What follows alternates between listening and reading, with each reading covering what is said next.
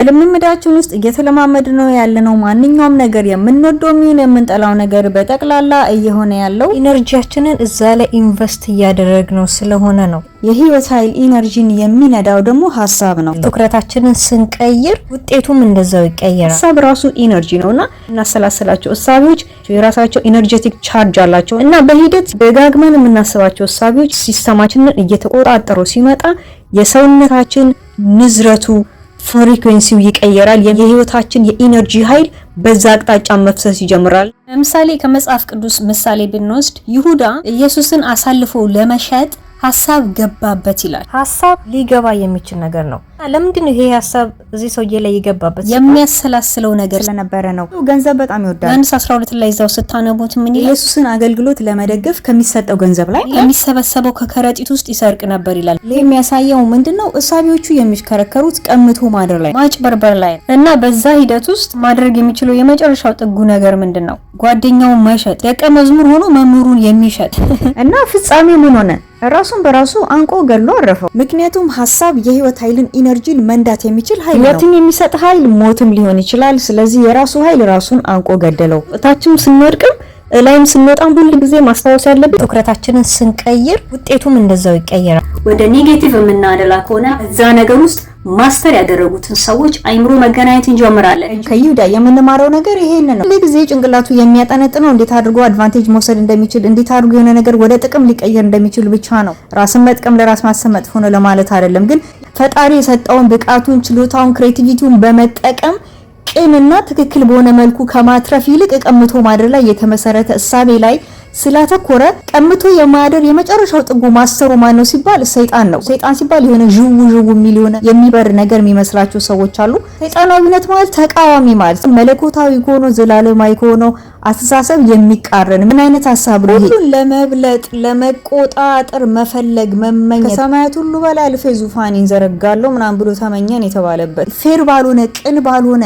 ፍርሃት ላይ ጭንቀት ላይ ምቀኝነት ላይ ጉጉት ላይ ስጋዊነት መሳሰሉ ነገሮች ላይ ካተኮረ የዛ መንገድ ጥጉ መሰጠን ነው። የሰይጣን መጨረሻው ደግሞ ከላይ ወደ ታች መወርወር፣ ራሱን አንቆ ከመግደል በላይ ወደ ጥልቅ መወርወር የለም። ስለዚህ ይሁዳ ያንን ጥግ ነው የደረሰው። በቃ ኢየሱስ አጠገቡ ነው የሚሰርቅ ከሆነ ኢየሱስ አብ ከኔ ይበልጣል የሚል የቀደመውን የሚያከብር የሚጠቁም ነው። እሱ ተቃራኒው መንፈስ ደግሞ ምንድነው? ከኔ ይበልጣል የሚል ነው። ስለዚህ ትህትና የቅንነትና ሰጥቶ የመቀበልን መንፈስ የቀደመችው የምትባለው መንገድ አልፈልጋትም። የቀደመችው መንገድ የአብ መንገድ ነች። የአብ መንገድ ወይም የአባቴ ቀዳሚው የጀማሪው መንገዱ ፍቃዱ ደግሞ እሱ የወጣውን ወደ ራሱ ክብር የማምጣት ሂደት ነው። ያን በመስጠት ውስጥ የመቀበልን የማካፈልን የአንድነትን የህብረት መንፈስ የደግነት መንፈስ በፍቅር አብሮ የማደግን መንገድ አልፈለጋትም። ለኔ እኔ ብቻ ላይ ስላተኮረ የዛ ጥጉ የራሱን ህይወት ራሱ ቀምቶ ታረፈው። ስለዚህ ሰይጣናዊ አስተሳሰብ ሌላው መመኘት ነው። የዛ ጥጉ ምንድነው?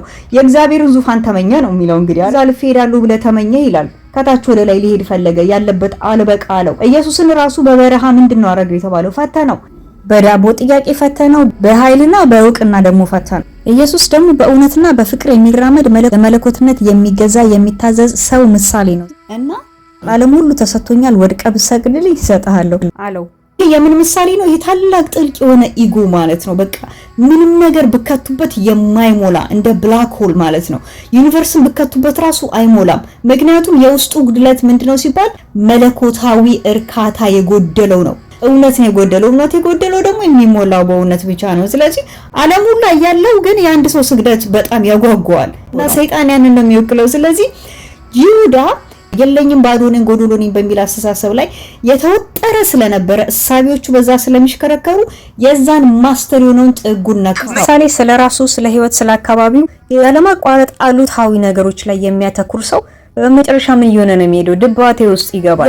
ያለ መጨረሻ ላይ ብዙ ጊዜ ሰዎች ራሳቸውን እስከ ማጥፋት ደረጃ ድረስ ጥጉ ድረስ የሚሄዱት በዛ መስመር ውስጥ ትኩረታቸው እየጨመረ ሲሄድ በዛ ዓለም ውስጥ ያለው ሐሳብ በዛ ዓለም ውስጥ ያለው ምኞት ይወስዳቸዋል ማለት። ለምን ሲባል ሁሉም ነገር ኢነርጂ ነው። ሐሳብ ራሱ ኢነርጂ ነውና እናሰላስላቸው እሳቢዎች የራሳቸው ኢነርጂቲክ ቻርጅ አላቸው እና በሂደት ደጋግመን የምናስባቸው እሳቢዎች ሲስተማችንን እየተቆጣጠሩ ሲመጣ የሰውነታችን ንዝረቱ ፍሪኩዌንሲው ይቀየራል። የህይወታችን የኢነርጂ ኃይል በዛ አቅጣጫ መፍሰስ ይጀምራልና ሰው ራሱን አውቆ ይገላል፣ መድኃኒት ጠጥቶ ይገላል፣ ያብዳል፣ ወይም ሄዶ ሌላ ሰው ይጎዳል፣ ራሱንም ይጎዳ ነገር ያደርጋል። ፖዚቲቭ በሆነው መልካም በሆነው በኩልም ስንሄድ ልክ እንደዛው ነው። ስለዚህ አስተሳሰባችንን በምንፈልገው መልኩ ለመቅረጽ ወሳኙ ነገር እውቀት ነው። አእምሯችን የሚያስበው ከሚያውቀው አንፃር ነው። የመጀመሪያው እርዳታ እንዳለ እንወቅ። እንረዳኛለ፣ የሚሰማኛለ፣ የሚያየኛለ የሚለው ነገር ልብና አድርጎ ሊገባብን ያስፈልጋል። ግራ የሚገባን ጥያቄያችን በጠቅላላ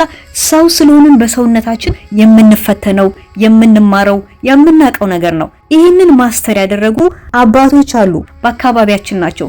ህልውናቸው መንፈሳቸው በአካባቢያችን አለ። ስራቸው እኛን መርዳት ነው። አባቶች ስንል ስለ ጾታ፣ ስለ እድሜ ወይም ስለ ሙታን አይደለም። ቀዳሚነት ብስለት ማለት ነው። በሰውነት ኮድ ውስጥ ስላለው እውቀት ጥበብና ኃይል እያወራን ነው። የሚረዳኝ አለ የሚለውን አይዲያ ማጠንጠን ማሰላሰል በጀመርን ቁጥር አይኖቻችን ማየት ይጀምራሉ። መልእክቶችን ፒክ ማድረግ እንጀምራለን፣ ማስተዋል እንጀምራለን፣ ውስጣችን ይከፈታል። ሁለተኛው ሰብኮንሽሳችንን ለመቀየር እውቀት ኮንሱም ማድረግ ከውጪ መሰብሰብ አለብን። ሰው እርዳታ በተለያየ መልኩ እንደሚመጣ ማወቅ አለብንና ራሳችንን ማስተማር በጽሁፍ፣ በምስል፣ በድምጽ፣ በመልእክት፣ ህልም በተለያየ መልኩ ሊመጣ ይችላል። ሶስተኛው ዋናውና ወሳኙ ነው፣ በልምምድ ማወቅ።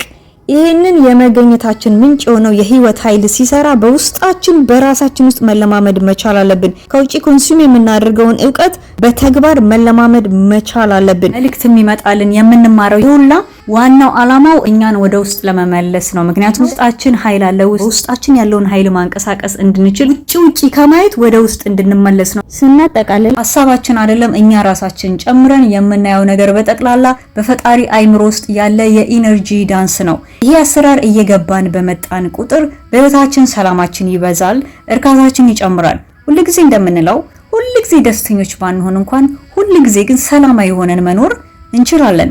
ወደ እንደዚህ አይነት ብቃትና ንቃት ውስጥ እየጠለቅን እንድንሄድ የሚረዱን በጣም የተለያዩ መንፈሳዊ ቴክኖሎጂዎች አሉ። ከዛ ውስጥ አንዱ ሜዲቴሽን ነው። በዚህ ቻናል ላይ በተለያየ ርዕስ ጋይድድ ሜዲቴሽን ይለቀቃል። አብረን ሜዲቴት እንድናደርግ ተጋብዛችኋል። ለዛሬ እዚህ ጋር በቃለው። በያላችሁበት ሰላማችሁ ይብዛ።